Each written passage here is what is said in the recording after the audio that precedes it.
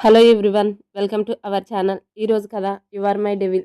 పల్లవి, అన్నయ్య అభినయ ఎలా ఉంది అంది. విక్రమ్, తను బానే ఉంది. పల్లవి, అన్నయ్య నువ్వు తన్ని ఇబ్బంది పెట్టడం లేదు కదా? విక్రమ్, లేదురా, తన్ని ముందులా మార్చాలి అని అనుకుంటున్నా. పల్లవి, తనకి కూడా ఈ విషయం చెప్పాలి అన్నయ్య. ఫోన్ ఇవ్వు తనకి. అభినయ, వాష్రూమ్లో ఉందిరా, 10 నిమిషాల్లో కాల్ చేస్తాను. కృష్ణ, బావా, ఆలోగా మేము ఇంట్లో ఉంటాం బావా అన్నాడు. విక్రమ్, కృష్ణ, పల్లవి జాగ్రత్త అన్నాడు. సరే అలాగే బావా, బాయ్ అని కాల్ కట్ చేశాడు. అభినయతో మాట్లాడాలి, తను అక్కడ ఎలా ఉందో తెలుసుకోవాలి అంది. తనే కాల్ చేస్తా అన్నాడు కదా, అప్పుడు అన్ని విషయాలు తెలుసుకో. అయినా సైలెంట్గా ఉండే మీ అన్నయ్య ఇలా వైలెంట్గా మారిపోయి అభినయ్ని పెళ్లి చేసుకుంటాడు అని అస్సలు అనుకోలేదు.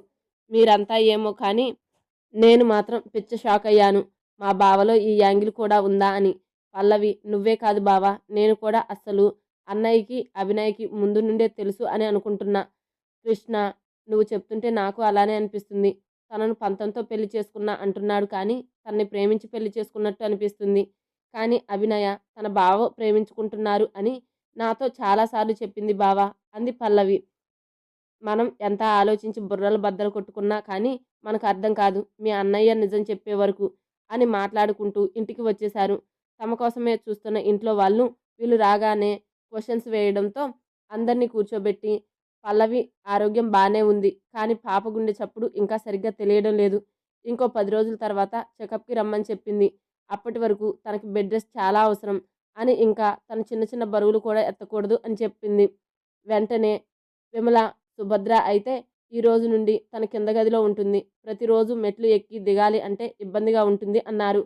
కృష్ణ, అమ్మ మన ఇంట్లో లిఫ్ట్ ఉంది కదా, ఇంకో 10 రోజులు అంతే, త్వరగా తర్వాత అంతా బాగుంటుంది. మీరు కంగారు పడకండి. తనకి గంటకి గంటకి ఒకసారి జ్యూస్ ఇవ్వండి అంతే. టైంకి మెడిసిన్ వాడాలి క్రమం తప్పకుండా. వీళ్ళు మాటల్లో ఉండగా విక్రమ్ నుండి కాల్ వచ్చింది. పల్లవి అది చూసి వెంటనే కాల్ లిఫ్ట్ చేసి అభి అంది నవ్వుతూ. పల్లవి, కంగ్రాట్స్, నేను నిజంగా చాలా సంతోషంగా ఉన్నాను. పల్లవి, ఎలా ఉన్నావు అభి అంది. నేను ఎలా ఉన్నానో నీకు తెలుసు కదా, మరి ఎందుకు అడుగుతున్నావు? నా గురించి వదిలే, నీ హెల్త్ ఎలా ఉంది? నువ్వు బాగానే ఉన్నావు కదా అని అడుగుతుంటే కృష్ణ ఫోన్ తీసుకొని, హలో సిస్టర్, ఎలా ఉన్నారు? అభినయ చిన్నగా, నేను బాగానే ఉన్నాను, మీరెలా ఉన్నారు అంది. నేను నీకు అన్నయ్యని అవుతానురా, నువ్వు నన్ను అన్నయ్య అని పిలవచ్చు. అభినయ, కంగ్రాట్స్ అన్నయ్య, మీరు తండ్రి కాబోతున్నారుగా. థ్యాంక్ యూ రా, నువ్వు కూడా హ్యాపీగా ఉండాలి అని కోరుకుంటున్నా. అయితే నాదొక చిన్న విన్నపంరా అన్నాడు కృష్ణ. అభినయ, తప్పకుండా అన్నయ్య, చెప్పండి. మీరు ఇలా అడగటం ఏంటి? ఇదంతా ఇందాక మీరు నన్ను మీ చెల్లిగా భావించారుగా, మీరు నాకు ఆర్డర్ వేయాలి కానీ ఇలా అడగకూడదు. కృష్ణ నవ్వుతూ, అబ్బో మా చెల్లి బాగానే మాట్లాడగలదు అని అనిపిస్తుంది. అభినయ, ఇంక మీరు నేనేం చేయాలో చెప్పలేదు. కృష్ణ, నువ్వు పల్లవి బెస్ట్ ఫ్రెండ్స్ కదా, నువ్వు రోజు తనతో ఒక 10 నిమిషాలైనా మాట్లాడాలి. తను నీతో మాట్లాడితే ఆరోగ్యంగా ఉంటుంది అని నా అభిప్రాయం. అభినయ, అంతేగా అన్నయ్య, తప్పకుండా మాట్లాడతా. తను బాగుంటేనే బేబీ కూడా ఆరోగ్యంగా ఉంటుంది. ఓకే బాయ్ అన్నయ్య, నేను రేపు కాల్ చేస్తాను అని ఫోన్ పెట్టేసింది. అభినయ ఫోన్ మాట్లాడుతున్నంతసేపు తననే రెప్పకొట్టకుండా చూస్తున్న విక్రమ్ ఫోన్ పెట్టేయగానే అభినయ నడుము పట్టుకొని తన మీదకి లాక్కొని, నాతో తప్ప అందరితో నువ్వు నవ్వుతూ మాట్లాడతావు కదా స్వీటీ అని తన నడుముని సవరిస్తూ తన కళ్ళలోకి చూస్తూ, నా కళ్ళల్లో నీ మీద ఉన్న ప్రేమ ఎందుకు కనిపించడం లేదు నీకు? ఒకసారి నా మనసుని చూడు స్వీటీ. నువ్వు నా ముందు ఇలా బాధగా ఉంటే నిన్ను చూడడానికి చాలా కష్టంగా ఉంటుంది తెలుసా? అభినయ విక్రమ్ నుంచి దూరంగా జరిగి, నేను ఊహించుకున్న జీవితం ఒక కలలా ఉండిపోయింది. నేను ఊహించని జీవితంలో సంతోషంగా ఉండాలి అంటే టైం కావాలి అనుకుంటా సార్. మనసు కదా మారడం కొంచెం కష్టమే అంది సూటిగా విక్రమ్ని చూస్తూ. విక్రమ్ టక్కున అభినయ పెదవులు అందుకొని గాఢంగా ముద్దు పెట్టుకొని వదిలి, మారడానికి టైం కావాలి అని చెప్పావుగా స్వీటీ, అది చాలు నాకు నీ మనసులో స్థానం ఏర్పరచుకోవడానికి. పద వెళ్దాం, డిన్నర్ ఏర్పాటు చేశాను అని అభినయని తీసుకెళ్ళి డిన్నర్ చేసి గదికి వెళ్ళాను. అభినయకి విక్రమ్ పక్కన పడుకోవాలి అంటే భయంగా ఉంది. తను నేను నేను సోఫాలో పడుకుంటాను అంది. తను దేనికి భయపడుతుందో తెలిసి, స్వీటీ నీ ఇష్టం లేకున్నా ఏం చేయను, వెళ్ళి పడుకో, నాకు కొంచెం పని ఉంది. విక్రమ్ తనని ఏం చేయను అని చెప్పడంతో అభినయ మంచం మీద పడుకుంది. కానీ తనకి నిద్ర రావడం లేదు. సోఫాలో కూర్చొని ఆఫీస్ వర్క్ చేస్తున్న విక్రమ్ని చూస్తుంది. పని చేస్తున్న తన్ని అభినయ చూస్తుంది అని తెలిసిన విక్రమ్ ఎందుకే అలా చూస్తూ నన్ను చంపుతావు? ఇప్పుడు నేను నిన్ను చూస్తే మొహం పక్కకు తిప్పుకుంటావు. నన్ను ఇలా చూడటం ఇదే మొదటిసారి స్వీటీ. నా మీద ప్రేమతో చూస్తున్నావో, నేను నిన్ను ఏం చేస్తాను అన్న భయంతో చూస్తున్నావో నాకు తెలియదు కానీ, ఇది నాకు చాలా నచ్చింది. బుజ్జమ్మ, మన బంధాన్ని నువ్వు ఒప్పుకుంటావని నాకు అనిపిస్తుంది. నీ మనసులో నా గురించి ఆలోచన మొదలైంది. అందుకే నిద్రపోకుండా నన్ను చూస్తున్నావు అని మనసులో అనుకుంటున్నాడు. అభినయ అలా విక్రమ్‌ని చూస్తూ నిద్రపోయింది. తను నిద్రపోయింది అనుకున్న తర్వాత తన ఆఫీస్ వర్క్ పూర్తి చేసి అభినయ పక్కన చేరి తన్ని హత్తుకొని పడుకున్నాడు. ఆ కౌగిలింతలో తన మనసుకి, మెదడుకి ప్రశాంతత లభించిందేమో. హాయిగా పడుకుంది తన భర్త కౌగిల్లో. ఉదయం మెలకువ వచ్చిన తను పైకి లేవాలి అని చూస్తే తనని ఎవరో గట్టిగా హత్తుకొని పడుకున్నారు అనిపించి పక్కకు చూస్తే విక్రమ్ పీస్‌ఫుల్‌గా నిద్రపోతున్నాడు. తనని డిస్టర్బ్ చేయకుండా మెల్లగా లేచి వాష్‌రూమ్‌కి వెళ్ళింది. అంటే రాత్రి అంతా నన్ను పట్టుకొని పడుకున్నారు కానీ నన్ను ఏం చేయలేదు. చెప్పారుగా నా ఇష్టం లేకుండా ఏం చేయను అని. అందుకే సైలెంట్‌గా పడుకున్నారనుకుంటా. ఫ్రెష్ అయ్యి వచ్చింది. ఆ ఇంట్లో వాళ్ళిద్దరు తప్ప ఎవరూ లేరు. తనకి బోర్‌గా అనిపించింది. ఆ ఇంటి చుట్టూ ఉన్న తోట చూడాలని కిందకి వచ్చింది. అక్కడ ఉన్న పని మనిషి ఇంగ్లీష్‌లో మీకు కాఫీ కావాలా మేడం అంది. అభినయ కావాలి అని చెప్పడంతో స్ట్రాంగ్‌గా ఒక కాఫీ ఇచ్చింది. చాలా రోజుల తర్వాత కాఫీని ఆస్వాదిస్తూ తాగి గార్డెన్‌లోకి వెళ్ళింది. ఆ ఇంటి చుట్టుపక్కల అంతా జంగిల్లా ఉంది. దూరం నుండి నీటి శబ్దం వినిపిస్తుంది. ఆ ఇంటి చుట్టూ పరిసరాలు గమనిస్తూ ఆ నీటి సౌండ్ వచ్చే వైపుకు వెళ్తుంది. తను వెళ్ళే దారిలో పెద్ద పెద్ద చెట్లు ఉన్నాయి. వాటిని దాటుకొని ముందుకు వెళ్ళింది. అంతే బొమ్మలా నించుంది తన ముందున్నది చూసి. నిజంగా చాలా అంటే చాలా బాగుంది ఈ స్థలం. చుట్టూ సముద్రం, మధ్యలో ఇల్లు. ఆ ఊహ కూడా అద్భుతంగా ఉంది. ఒకసారి తను అన్నమాట గుర్తొచ్చింది అభినయకి. పెళ్లికి ముందు అభినయని జై మనం హనీమూన్‌కి ఎక్కడికి వెళ్దాం అని అడిగాడు. బావ నాకు చుట్టూ సముద్రం, మధ్య ఇల్లు. అందులో నువ్వు నేను మాత్రమే ఉండాలి అంది. జై నీ కోరిక తీర్చడానికి చిత్తం బంగారం అని తన నుదుటను ముద్దు పెట్టాడు. అది తలుచుకొని కళ్ళు మూసుకుంది. ఆ కనురెప్పల చాటున కన్నీరు తన చెంపల మీద నుండి జారిపోనివ్వకుండా విక్రమ్ తన చేత్తో తుడిచి నీకు నచ్చిందా స్వీటీ అన్నాడు. అభినయ నిద్ర లేవగానే మెలకువ వచ్చింది విక్రమ్‌కి. తను కిందకి వెళ్ళగానే తను కూడా ఫ్రెష్ అయి వెళ్ళాడు. తన వెనక వచ్చాడు. సముద్రంను చూసి అభినయ ముఖంలో వచ్చిన ఆనందాన్ని చూస్తూ దూరం నుంచే చూస్తున్నాడు. అభినయ కళ్ళు మూసుకోగానే తను ఏం ఆలోచిస్తుందో తెలిసి తన ముందుకు వచ్చాడు. విక్రమ్ చేతి స్పర్శ తెలియగానే కళ్ళు తెరిచి విక్రమ్‌ని చూస్తూ తన్ని గట్టిగా హత్తుకొని ఏడుస్తూ నేను మా బావని అడిగిన విషయం మీకెలా తెలుసు? విక్రమ్ నీ ఇష్టాలన్నీ నాకు తెలుసు స్వీటీ.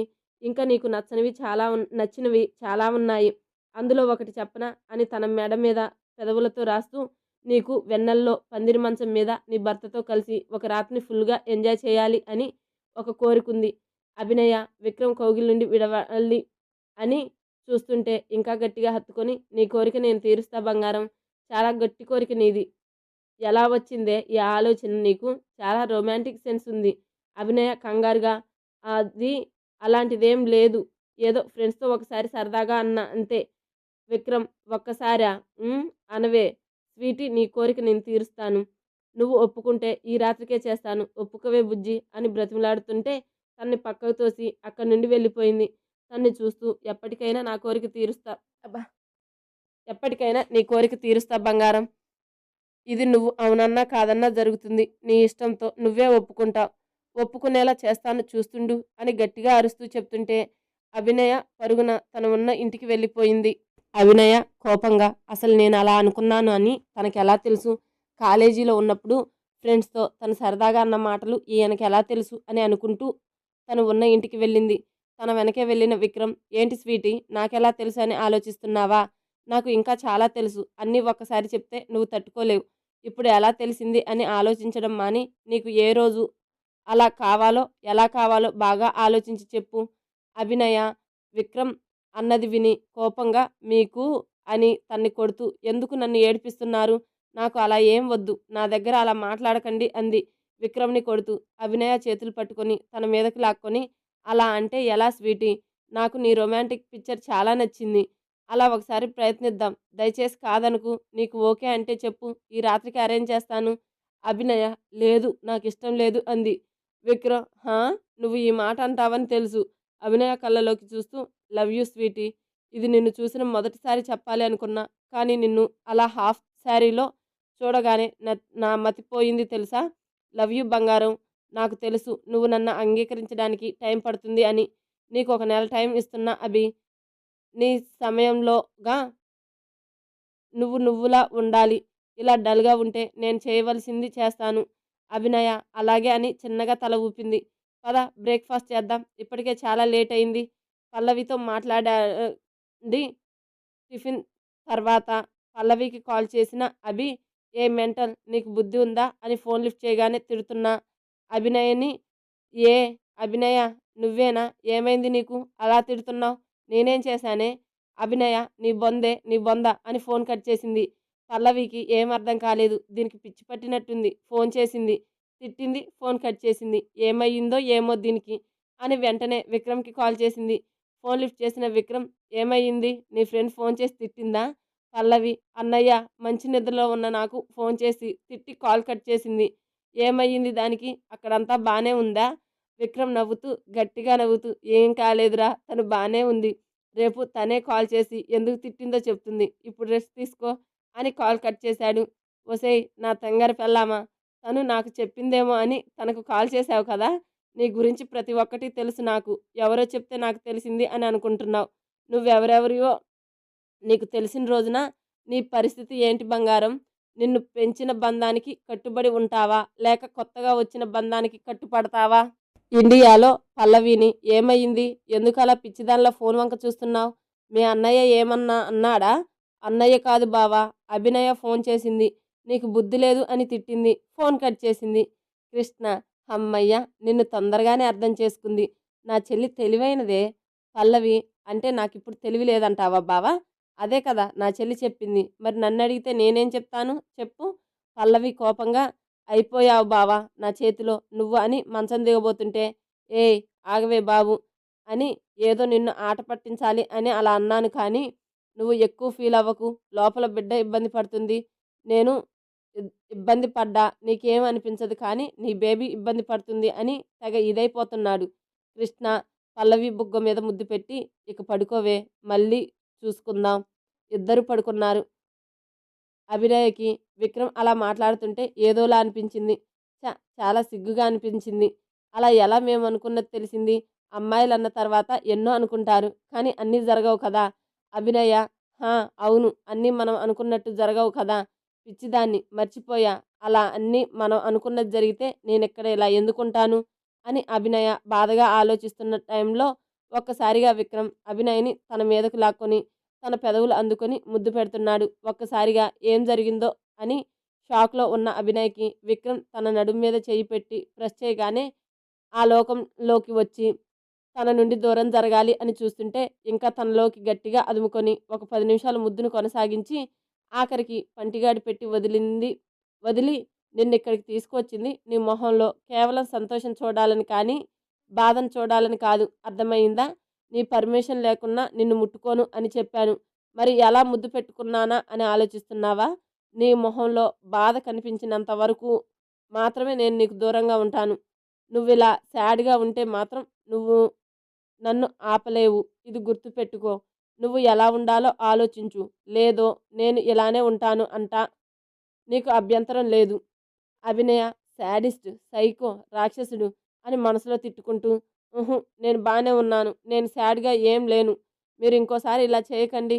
ఇక్కడ చూసారా ఎంత గట్టిగా పట్టుకున్నారో? నాకు చాలా నొప్పిగా ఉంది మీరు చేసిన పనికి అని తన చీర పక్కకు జరిపి చూపిస్తుంటే విక్రమ్ ఆ అందమైన నెలవంక లాంటి నడుముని చూసి గుటకలు మింగుతూ, ఇది తెలిసి చేస్తుందా? తెలియక చేస్తుందా? అసలే నిగ్రహంగా ఉండాలంటే చాలా కష్టంగా ఉంది. అంటే ఇది ఇలా చూపించి నన్ను చంపుతుంది. అలా చెప్తూనే ఉంది కానీ విక్రమ్ ఏం మాట్లాడకపోవడంతో, ఏంటి ఏం మాట్లాడడం లేదు అని విక్రమ్‌ని చూడగానే తను బొమ్మలా నించొని తన నడుమును చూస్తుంటే, ఏమయింది తనకు అలా చూస్తున్నాడు అని తను ఎక్కడ చూపిస్తుందో చూసి, ఏ పిచ్చిదానా ఏం చేస్తున్నావో తెలుసా?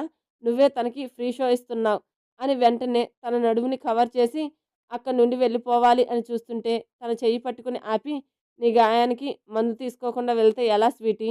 అభినయ, నాకు ఏం మందు వద్దు. నేను బానే ఉన్నాను అంది.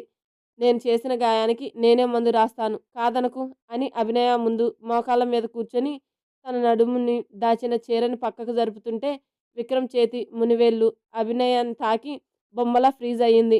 విక్రమ్ తన తెల్లని నడుం మీద తన చేతి వేళ్ళ అచ్చులు చూసి అక్కడ తన నోటితో చిన్నగా గాలి ఊదాడు. తనకి మంట తగ్గి చల్లగా అనిపించి అభినయ కళ్ళు మూసుకుంది.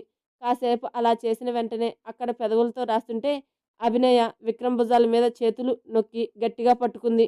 విక్రమ్ అలా చేయగానే అభినయ ఒళ్ళంతా కరెంటు పాస్ అయినట్టు అనిపించి అలా చేసింది. పెదవులతో తన నడుమును మీటుతున్న విక్రమ్ ఒక్కసారిగా తన నాలుకను పనిచెప్పి తన బొడ్డును లోతును కొలుస్తుంటే అభినయ విక్రమ్ తలను తన నడుముకి గట్టిగా హత్తుకుంది. అలా తనకి తెలియకుండా తన అంగీకారం తెలపడంతో కంట్రోల్ తప్పిన విక్రమ్ తన నడుముని నాలుగుతో లీక్ చేస్తూ ఉంటే అభినయ నోటి నుండి తీయని మూలుగు వినిపించడంతో అభినయ ఇంకా గట్టిగా అదుముకుంటూ అక్కడక్కడ పంటిగాట్లు పెడుతూ ఒక్కసారిగా పైకి లేచి తన పెదవులు అందుకొని తన్ని అలానే బెడ్ మీదకి చేర్చి తన ఒంటి మీద నుండి అభినయ ఒంటి మీద నుండి ఒక్కొక్క వస్త్రం దూరం చేసి తన చేతులతో అభినయ ఒళ్ళంతా తడుముతూ ఆ ముద్దును కొనసాగిస్తూనే అభినయాలోకి ప్రవేశించి తన నోటి నుండి వచ్చే తీయని మూలుగులు వినాలని తన పెదవులు వీడి తన మెడ మీద ముద్దుల వర్షం కురిపిస్తూ అభినయాన్ని తనకి అనుకూలంగా మార్చుకుంటూ నేను మొదటిసారి ఇబ్బంది పెట్టకుండా తన ఇష్టంతో అభినయని తనలో కలిపేసుకున్నాడు.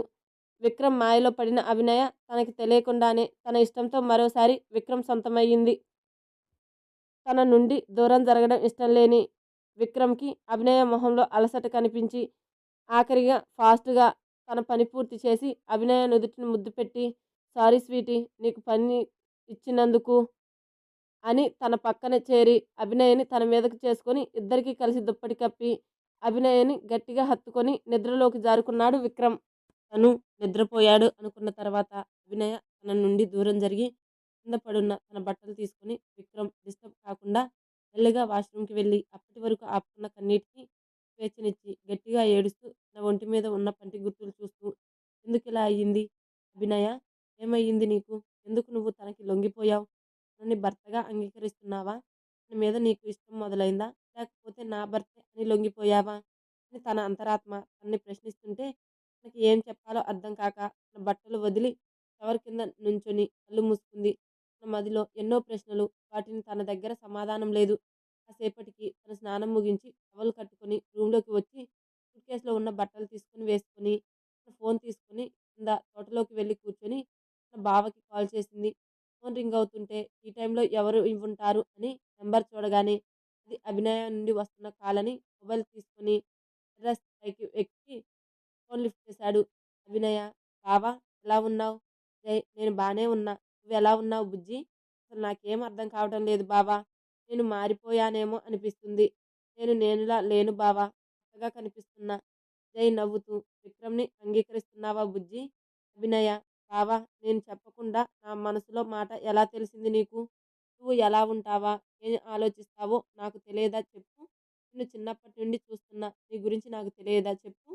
అభినయ, ఏమో నాకేం తెలియడం లేదు బావా. నా మనసులో ఒక సంఘర్షణ జరుగుతుంది. నా మెదడు ఒకటి ఆలోచిస్తుంది. ఎటువైపు వెళ్ళాలో ఏం తెలియడం లేదు.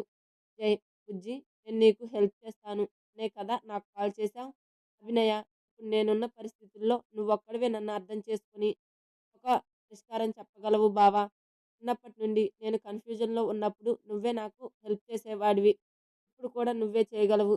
జై, బుజ్జి నువ్వు విక్రమ్ని భర్తగా కాక ఒక ఫ్రెండ్లా చూడు. నువ్వు నీ కోసం ఏం చేస్తాడో, ఏం చేస్తున్నాడో తెలుస్తుంది. నువ్వు విక్రమ్ని ఇష్టపడడం మొదలుపెట్టావు బుజ్జి. నిన్ను బలవంతం చేయడం లేదు కాదు. జై ఎలా చెప్పాలో తెలియక మౌనంగా ఉండి వినయ జైని మౌనమే చెప్తుంది బుజ్జి. నువ్వు తనకి పడిపోయావు. నిన్ను తన్ని ప్రేమించేలా చేస్తున్నాడు. తను చూపించే ప్రేమకి నువ్వు విక్రమ్కి పడిపోయావు.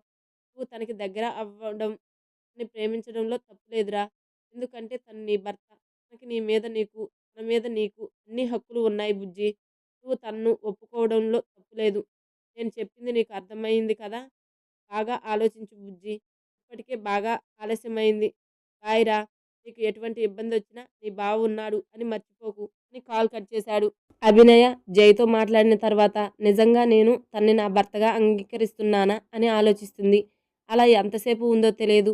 విక్రమ్కి మెలకు వచ్చి తన పక్కన చూస్తే అభినయ లేదు. విక్రమ్ ఫ్రెష్ అయ్యి అభినయ కోసం ఇల్లంతా చూస్తుండగా తన తోటలో కుర్చీలో కూర్చొని ఏదో దీర్ఘంగా ఆలోచిస్తూ ఉంది. విక్రమ్ తన ముందుకు వెళ్ళి నుంచొని కూడా తన ముందు ఒక మనిషి ఉన్నాడు అన్న ధ్యాస కూడా లేదు. విక్రమ్ ఏంటి? ఏది ఇది ఇంతగా చించుతుంది? ఇందాక జరిగిన దాని గురించి ఆలోచిస్తుందా? నేను తనని బలవంతం చేయలేదు. తను నా టచ్‌కి స్పందించింది. తను నన్ను తానుగా స్వీకరించింది. మరి ఎందుకిలా ఉంది? అని తన భుజం మీద చెయ్యి వేయగానే, తన ఆలోచన నుండి బయటకు వచ్చి విక్రమ్‌ని చూడగానే టక్కున లేచి నించుంది. మీ మీరెప్పుడొచ్చారు? విక్రమ్ అభినయ్‌ని తన మీదకు లాక్కొని తన కళ్ళలోకి చూస్తూ, నేను నిన్ను బలవంతం చేయలేదు స్వీటీ. నువ్వు నన్ను అడ్డుకోలేదు. నా టచ్‌కి స్పందించావు స్వీటీ. నీ ఆలోచన నాకు తెలుసు. అభినయ, ఇప్పుడు నీకు ఇది చెప్పొచ్చో లేదో తెలీదు. కానీ చెప్తున్నా. ఐ లవ్ యూ బుజ్జమ్మ అని చాలా ప్రేమగా చెప్పాడు. మొదటిసారి విక్రమ్ కళ్ళల్లో అంతులేని ప్రేమను చూసింది అభినయ. ఆ మాటకి ఏం చెప్పాలో తెలియక కళ్ళు మూసుకొని విక్రమ్ గుండెల మీద ఉండిపోయింది. విక్రమ్ గుండె చప్పుడు వింటూ ఉంది. మొదటిసారి తన గుండెల మీద ఉన్న అభినయను చూస్తూ, నేను అనుకోలేదు స్వీటీ, నువ్విలా నా హృదయం మీద తలవాల్చి నా గుండె చప్పుడు వింటావని, అది ఇంత తొందరగా నెరవేరుతుంది అని. తన చుట్టూ చేతులు బిగించి ఇంకా గట్టిగా హత్తుకున్నాడు. అభినయ అప్పుడు ఏం చేసిందో చూసి విక్రమ్ని తోసి అక్కడి నుంచి వెళ్ళిపోవాలి అని చూసింది. విక్రమ్ వెళ్తున్న అభినయ చెయ్యి పట్టుకొని, ఇంకా ఎందుకు స్వీటీ, నా మీద నీకు కలుగుతున్న ఇష్టంని అణచివేస్తున్నావు? ఇంకా ఎన్ని రోజులు నన్ను చూస్తూ భయపడుతుంటావు చెప్పు? అభినయ, ఏమో నాకేం అర్థం కావడం లేదు సార్. నా మనసు చెప్పింది వినాలా? నా మెదడు చెప్పింది వినాలా? విక్రమ్ అభినయాన్ని ముందుకు వెళ్ళి, ఏయ్ ఇంకోసారి సార్ అని పిలిచావంటే చంపేస్తా. నువ్వేమన్నా నా స్టూడెంట్‌వా? సార్ అని పిలుస్తున్నావు? నేను నీ మొగుడిని. విక్రమ్ అని పిలువు. లేదంటే విక్కీ అని పిలువు. నాకు భయం. ఇంకా టైం పడుతుంది అలా పిలవాలంటే. మీరు పూర్తిగా నా సొంతం అనుకున్నప్పుడు పిలుస్తాను. ఆ విషయంలో నన్ను బలవంతం చేయకండి అని అక్కడి నుండి వెళ్ళిపోయింది. విక్రమ్ షో! అబ్బా! నిన్ను నన్నులా చూడాలనుంది అభినయ. అలా ఎప్పుడు చూస్తానో అని తన వెనకే వెళ్ళి ఆఫీస్ పని ఉంటే చేస్తుంటే లాబీలో అభినయతో ఫోన్ మాట్లాడిన తర్వాత జై అక్కడ ఉన్న దిమ్మె మీద కూర్చొని ఆకాశంలోకి చూస్తూ తన హృదయం మీద చేయి పెట్టుకొని, నన్ను మర్చిపోయి నీ భర్తకి దగ్గరవుతున్నావా బుజ్జమ్మ? ఇక్కడ నొప్పిగా ఉందిరా. నువ్వు నాకు దూరం అయినప్పటి నుండి చాలా కష్టంగా ఉంది. కానీ నీకు ధైర్యం చెప్తున్నా. నువ్వు నాతో ఉన్నా లేకపోయినా నువ్వు విక్రమ్‌తో హ్యాపీగా ఉండాలి బుజ్జీ.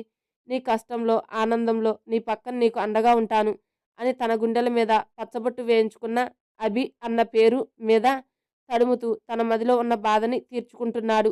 మన పెళ్లి జరిగిన తర్వాత నీకు చూపించాలి అని నా హృదయం మీద నీ పేరు వేయించుకున్నా బుజ్జీ. కానీ మన తలరాతలో మన ఇద్దరికీ ముడిపెట్టి లేదు. మనం మంచి స్నేహితులుగా ఈ జన్మలో ఉండిపోదాం బుజ్జి. నువ్వు హ్యాపీగా ఉండాలి అని కాసేపు తన బాధను తీర్చుకొని గదిలోకి వెళ్ళి నిద్రపోయాడు. అలా ఒక వారం రోజులు గడిచిపోయాయి. విక్రమ్ అభినయ్‌తో ఫ్లైట్‌లో తన మ్యాన్షన్‌కి వెళ్ళిపోయాడు. తనతో ముందులా లేకపోయినా అప్పుడప్పుడు విక్రమ్ తో మాట్లాడుతుంది. ఆ రోజు నుండి అభినయ్‌కి దూరంగా ఉన్న విక్రమ్ నైట్ మాత్రం తన్ని హత్తుకొని పడుకుంటున్నాడు. అలా అభినయ దగ్గరగా ఉంటే తను ప్రశాంతంగా నిద్రపోతున్నాడు. తను కొంచెం దూరం జరిగినా కూడా మళ్ళీ ఎటూ కదలకుండా గట్టిగా పట్టుకొని పడుకుంటాడు. అభినయ్‌కి కూడా విక్రమ్‌కి అలా అలవాటు పడింది. అలా రోజులు కొనసాగుతున్నాయి. ఇండియాలో పల్లవికి ఇప్పుడు హెల్త్ సెట్ అయింది. లోపల బేబీ కూడా హెల్తీగా ఉంది. తనకి 4వ నెల నడుస్తుంది. ఇంట్లో పల్లవిని కాలు కింద పెట్టకుండా చూసుకుంటున్నారు. కృష్ణ, నందన్ అప్పుడప్పుడు పల్లవిని ఏడిపిస్తూ అల్లరి చేస్తున్నారు. అభినయ, విక్రమ్ తిరిగి వాళ్ళ హౌస్‌కి వచ్చారు. విక్రమ్ ఆఫీస్‌కి వెళ్తే అభినయ ఇంట్లో ఒంటరిగా ఉంటుంది. అప్పుడప్పుడు తన పేరెంట్స్‌తో మాట్లాడుతూ ఉంది. అలా కొన్ని రోజులు గడిచాయి. అభినయ అలా ఒంటరిగా ఇంట్లో ఉండాలి అంటే చాలా కష్టంగా అనిపించింది. రోజు విక్రమ్‌తో ఉండి తను ఎలాంటి వాడో మెల్లగా తెలుసుకుంటుంది. తనకి ఆ రోజు నుండి దూరంగా ఉంటున్నాడు కానీ రాత్రి తనని కౌగిలించుకునే పడుకుంటున్నాడు. ఒకరోజు ఆఫీస్‌కి రెడీ అయ్యి వెళ్తుండగా తన ముందుకు వచ్చి నుంచొని నేను మీతో మాట్లాడాలి అంది. విక్రమ్ తన నడుము పట్టుకొని మీదకి లాక్కొని ఏం చెప్పాలి స్వీటీ? అభినయ, అది మీరు దూరంగా ఉండండి. ఇలా చేస్తే నేను మీతో చెప్పలేను. విక్రమ్ అలాగే స్వీటీ, నువ్వేం చెప్పాలనుకున్నావో ఇలా వచ్చి కూర్చొని చెప్పు అని తన సోఫాలో కూర్చొని తన పక్కన కూర్చోమని చెప్పాడు. అభినయ విక్రమ్‌కి కొంచెం దూరంగా కూర్చొని నాకు ఇంట్లో ఉంటే కష్టంగా ఉంది. రీతు వాళ్ళని కలిసి కూడా చాలా రోజులైంది. నేను కూడా మీతో ఆఫీస్‌కి వస్తాను. విక్రమ్ అభినయ చెయ్యి పట్టుకొని నువ్వు రోజు ఆఫీస్‌కి వస్తే నిన్ను చూసి నేను పని చేయలేను. ఇంట్లో నాకు ఒంటరిగా ఉంటే పిచ్చి పిచ్చి ఆలోచనలు వస్తున్నాయి. అందుకే మిమ్మల్ని ఇలా అడుగుతున్నా. మీకు ఇష్టం లేదంటే వద్దు. నేను ఇంట్లోనే ఉంటాను. విక్రమ్, నా స్వీటీ మొదటిసారి నన్ను ఒక కోరిక కోరింది.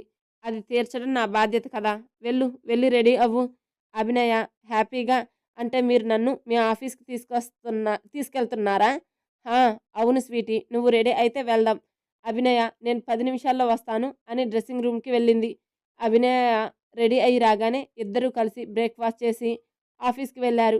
అభినయ కారులో వెళ్తూ ఎత్తైన భవనాలను చూస్తూ ఆ ప్రయాణం ఎంజాయ్ చేస్తూ ఉంటే, విక్రమ్ అభినయ మొహంలో కనిపిస్తున్న చిరునవ్వు చూసి, ఇన్ని రోజులు నిన్ను ఇంట్లో ఉంచి తప్పు చేశా స్వీటీ. చిలుకకు పంజరంలో బంధించినట్టు నిన్ను అలా బంధించా, క్షమించు అని మనసులో అనుకున్నాడు. ఒక అరగంట తర్వాత ఒక 25 అంతస్తుల భవనం ముందు వెళ్ళి కారాగింది. తన చుట్టూ ఉన్న భవనాలను చూస్తూ ఆఫీస్‌కి వచ్చింది చూడలేదు. కారు ఆగడంతో ఇక్కడెందుకు ఆపారు అంది. మన ఆఫీస్ వచ్చింది స్వీటీ అన్నాడు. అభినయ కారులో నుండి చూస్తూ, ఇది మీ ఆఫీసా అంది. రాజ్, మీది కాదు మనది, పద అని తన్ని తీసుకొని ఆఫీసులోకి వెళ్ళాడు. ఎప్పుడు ఒంటరిగా వచ్చే విక్రమ్ ఈరోజు తనతో ఒక అమ్మాయిని తీసుకురావడంతో అందరూ ఎవరు తను అని తన్ని గుచ్చి చూస్తుంటే భయంతో విక్రమ్ చేతిని గట్టిగా పట్టుకుంది. అది తెలిసిన విక్రమ్ తను కంగారు పడుతుంది అని తన చెయ్యి మీద చెయ్యి వేసి, బుజ్జమ్మ భయపడకు అని తన క్యాబిన్‌లోకి తీసుకెళ్ళాడు. లోపల వెళ్ళగానే విక్రమ్‌ని గట్టిగా హత్తుకొని, నాకు భయంగా ఉంది, నేను వెళ్ళిపోతాను అంది. ఆఫీస్‌లో వచ్చినప్పుడు అమ్మాయిలు, అబ్బాయిలు తనని వింతగా చూడడం, మెయిన్‌గా అబ్బాయిలు తనని అదోలా చూడడం చూసి తను అలా భయపడింది. విక్రమ్, ఇది ఆఫీస్‌రా, ఇక్కడ కొత్తగా వచ్చిన అమ్మాయిలు నువ్వు, అందుకే నిన్ను అలా చూస్తూ ఉన్నారు. నువ్వు నా భార్య అని తెలియదు కదా! ఇప్పుడే అందరికీ చెప్తాను. అభినయ, వద్దు, నేనిక్కడ పని చేయాలి అనుకుంటున్నా. విక్రమ్, నువ్విక్కడ పని చేయడానికి నేను ఒప్పుకోను. అభినయ, దయచేసి ఒప్పుకోండి విక్రమ్ అంది. మొదటిసారిగా అభినయ నోటి నుండి విక్రమ్ అన్న మాట విన్న తను షాక్ అయ్యి, ఏమన్నావు బుజ్జి? విక్రమ్ అన్నావు కదా! అబ్బా ఎంత బావుంది, మరోసారి పిలువు ప్లీజ్. అభినయ, విక్రమ్ అంది చిన్నగా. తన్ని హత్తుకొని తన నుదిటిన ముద్దు పెట్టి, లవ్ యూ బుజ్జి అని అన్నాడు. ఇంతలో క్యాబిన్ డోర్ ఓపెన్ చేసి అర్జున్, బావా బావా అంటూ వచ్చి తన ముందున్న దృశ్యం చూసి షాక్ అయ్యి, సారీ అంటూ ఎలా వచ్చావో అలా వెళ్ళిపోయాడు. అర్జున్, అయినా వీడికి ఇల్లు, ఆఫీస్ ఒకటే అనుకుంటా, ఎదవ అని తిట్టుకుంటూ ఉంటే, అవును నేను చూసింది అభినయనే కదా! అయినా తన ఇంట్లో ఉండకుండా ఆఫీస్‌కి వచ్చిందా అని ఆలోచిస్తూ, ఇక్కడే ఉంటే ఎలా తెలుస్తుంది? వెళ్ళి కన్ఫర్మ్ చేసుకుందాం అని విక్రమ్ క్యాబిన్‌కి వెళ్ళాడు. అర్జున్ విక్రమ్ క్యాబిన్‌కి వెళ్ళి అభినయని చూసి, హాయ్ రా, ఎలా ఉన్నావు? చాలా రోజులయ్యింది నిన్ను చూసి అని ప్రేమగా అడిగాడు. నేను బాగున్నాను అన్నయ్య. రీతు, బాబు ఎలా ఉన్నారు? రీతు హాస్పిటల్‌లో బిజీగా ఉంది. బాబుని కిండర్ గార్టెన్ స్కూల్‌లోకి వెళ్తున్నాడు. వాడి అల్లరి భరించలేక అక్కడ వదిలాం. అయినా నువ్వేంట్రా ఆఫీస్‌లో? అభినయ, ఏమన్నయ్య, నేను రాకూడదా? అలా అని ఏం కాదురా. ఎప్పుడు ఇంట్లోనే ఉంటావు కదా! ఇలా సడన్‌గా వచ్చేసరికి అడుగుతున్నా. ఇంట్లో ఒంటరిగా ఉండాలి అంటే కష్టంగా ఉంది అన్నయ్య. అందుకే ఆఫీస్‌లో వర్క్ చేయాలి అనుకుంటున్నా. అర్జున్, నువ్వు పని చేయడమేంట్రా అంటూ విక్రమ్‌ని చూశాడు. తను భుజాలు ఎగరేసి, నేను పని చెయ్యాలి అనుకుంటున్నా. విక్రమ్ తన పిఏని పిలిచి, తన ఆఫీస్ మొత్తం చూపించు అని చెప్పి అభినయని తనతో పంపి, అర్జున్, అభినయ బానే ఉంది కదా! తను చిరునవ్వు నవ్వుతూ, తను నా గురించి దూరంగా వెళ్ళిపోవాలి అని నాతో కలిసి ఆఫీస్‌కి వచ్చిందిరా. అర్జున్, విక్రమ్, ఏం మాట్లాడుతున్నావురా? నిజంరా, ఇక్కడ ఆఫీస్‌లో ఏ అమ్మాయితో అన్నా క్లోజ్‌గా నేను మాట్లాడి తన కంటపడి తను నాతో గొడవ పెట్టుకొని నాకు దూరంగా వెళ్ళిపోవాలి అని తన ఆలోచన. విక్రమ్ అలా చెప్తుంటే అర్జున్ నోరు తెరుచుకొని చూస్తున్నాడు. అర్జున్, అంటే అభినయ్‌కి నీ మీద ఇంకా ప్రేమ కలగలేదా? విక్రమ్, ప్రేమ అంటే చెప్పలేను కానీ తను నాకు ఎందుకో దూరంగా ఉండాలి అనుకుంటుంది. నా నుండి ఎలా బయటపడాలి అని చూస్తుంది. కానీ అది తన వల్ల కాదు అని తనకి అర్థం కావడం లేదు. అర్జున్, రేయ్ ఏం జరుగుతుంది అని భయంగా ఉంది. విక్రమ్, నేను నిన్ను ఒకటి అడుగుతాను, నిజం చెప్తావా? విక్రమ్, అడుగు అన్నట్టు అని చూస్తుంటే, అభినయ నీకు దూరం అయితే ఏం చేస్తావురా? విక్రమ్ చిన్న స్మైల్ ఇచ్చి, అది జరిగే పని కాదులే. అర్జున్, రేయ్ నేను సీరియస్గా అడుగుతున్నా. అభినయ నీకు దూరం అయితే ఏం చేస్తావు అని గట్టిగా అడగడంతో విక్రమ్, అలా జరిగిన రోజు ఈ విక్రమ్ పూర్తిగా చచ్చినట్టే. అర్జున్, రేయ్ ఏం మాట్లాడుతున్నావు నువ్వు? నువ్వు అడిగావు కదరా, నేను నా సమాధానం చెప్పాను అంతే. ఇక నువ్వెళ్ళు అని అనడంతో నీ బ్రెయిన్‌లో ఏం రన్ అవుతుంది? నాకు అర్థం కావడం లేదు. అభినయ, నువ్వు వాడికి దూరం కాకు. అలా అయిన క్షణం వాడి కోపాన్ని నువ్వు భరించలేవురా. పైకి అలా అంటున్నాడు కానీ వాడికి కోపం వస్తే కంట్రోల్ చేయడం చాలా కష్టం. వాడు నిన్ను చూసి చాలా మారాడ్రా. నువ్వు వాడికి దూరం కావాలి అన్న ఆలోచన చేస్తున్నావని వాడికి తెలిసింది. నిజంగా దూరమైతే వాడిని ఆపడం ఎవరి తరం కాదురా అని దేవుడా వాళ్ళిద్దరూ కలిసి హ్యాపీగా ఉండాలి అని మనసులో దేవుణ్ణి వేడుకుంటూ తన పనిలో బిజీ అయిపోతాడు. ఆఫీస్ అంతా చూస్తున్న అభినయని విక్రమ్ పిఏ అయిన స్టెల్లా మేడం ఒక ప్రశ్న అంది. అభినయ ఏంటి అని అడిగితే, విక్రమ్ సార్తో కలిసి వచ్చారు కదా మీరు, సార్కి మీకు మధ్య సంబంధం ఏంటి? అభినయ అలా ఆఫీస్ చూస్తూనే ఎందుకు అలా అడిగావు అంది. సార్ ఎప్పుడు ఒక అమ్మాయితో కలిసి రావటం నేను చూడలేదు.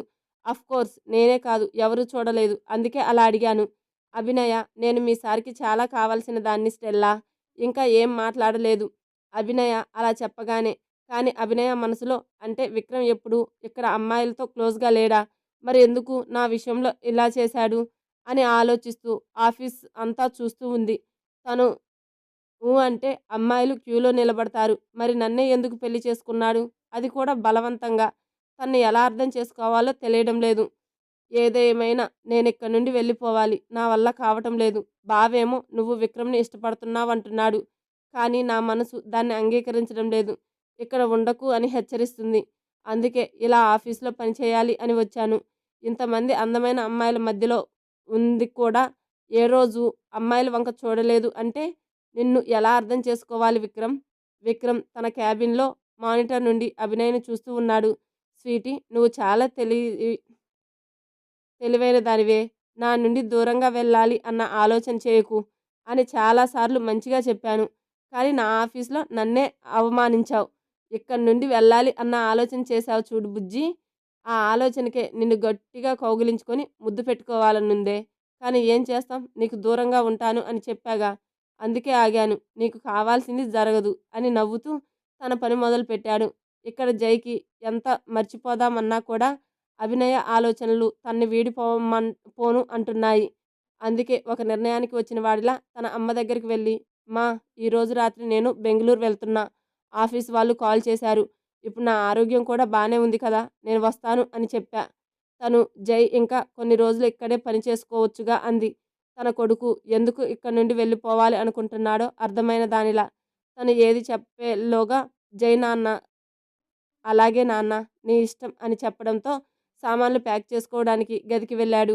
జైని అక్కడికి ఒంటరిగా పంపిస్తే ఎలా అండి, వాడు ఇంకా అభినయని మర్చిపోలేదు. తను పిచ్చిదాన. జై తన కొన ఊపిరి వరకు బుజ్జిని మర్చిపోడు. కానీ ఇక్కడ ఉంటే పిచ్చి పిచ్చి ఆలోచనలు తన మనసును పాడు చేస్తాయి. అందుకే జై అక్కడికి వెళ్ళడమే కరెక్ట్. కనీసం తన చుట్టూ ఉన్న ఫ్రెండ్స్ సహోద్యోగులుని చూసి కొంచెం బాగుంటున్నాడు. తనకి కావలసినవి చూడు, నేను అలా వెళ్ళి వస్తాను అని బయటికి వెళ్ళారు. ఇంట్లో ఉంటే మళ్ళీ తన కొడుకు కంటకన్నీరు చూడాల్సి వస్తుంది అని. రూమ్కి వెళ్ళిన జై సారీ అమ్మా, నేను ఇక్కడే ఉంటే మీరు నన్ను ఇలా చూస్తూ బాధపడుతుంటారు, అందుకే ఆఫీస్ పని అని చెప్పి వెళ్తున్నా అని లగేజ్ ప్యాక్ చేసుకుంటున్నాడు. అలా ఆ రోజు రాత్రి బస్కి వెళ్ళిపోయాడు జై. తన అమ్మ నాన్నని కూడా రావద్దు అని చెప్పి వెళ్ళాడు బస్ స్టాప్కి. అలా వెళ్ళిన జై తను ఎక్కాల్సిన బస్ రావడంతో ఎక్కి బెంగళూరు వెళ్ళాడు. ఇక అభినయ్కి కూడా విక్రమ్తో కలిసి ఆఫీస్కి వెళ్తూ తను ఇచ్చిన పని చేస్తూ డౌట్స్ ఉంటే తన పక్క వాళ్ళని అడుగుతూ పనిచేస్తుంది. అలా ఒక వారం గడిచిపోయింది. అభినయ పనిచేస్తూనే విక్రమ్ క్యాబిన్ని ఒక కంట గమనిస్తూ ఉంది. తను తప్పు చేస్తే పట్టుకోవాలి అని చూస్తుంది. కానీ విక్రమ్ తనకెప్పుడు ఆ అవకాశం ఇవ్వడు అని తెలుసుకోలేదు. తన ప్రతి కదలిక క్యాబిన్ నుంచి గమనిస్తున్నాడు. ఆ విషయం అభినయకి తెలియదు. ఆఫీస్లో అభినయకి దగ్గర కావాలి అని చూస్తున్న అబ్బాయిల్ని చూసి తన పిడికిలి బిగించి కోపాన్ని కంట్రోల్ చేసుకుంటున్నాడు. వాళ్ళు కేవలం చూపులతో అభినయ్కి తమ ఉద్దేశం తెలియజేస్తున్నా వారికి ఆమడ దూరంలో ఉంది కాబట్టి విక్రమ్ వాళ్ళని ఏం చేయలేదు. ఎందుకంటే అభినయ నేను విక్రమ్ భార్యని తన నోటి నుండి తానే చెప్పాలి అని చూస్తున్నాడు. అది తొందరలో జరుగుతుంది స్వీటీ అని మళ్ళీ తన పనిలో బిజీ అయ్యాడు. Next episode promo. Vikram Ritu చెప్పింది విని షాక్ అయ్యాడు. రీతు నువ్వు చెప్పింది నిజమేగా?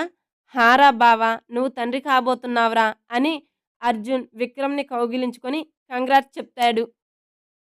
స్టోరీ కనుక నచ్చితే ప్లీజ్ లైక్ చేయండి, కామెంట్ చేయండి, షేర్ చేయండి. ఫస్ట్ ఆఫ్ ఆల్ సబ్స్క్రైబ్ చేసుకోండి. Thank you.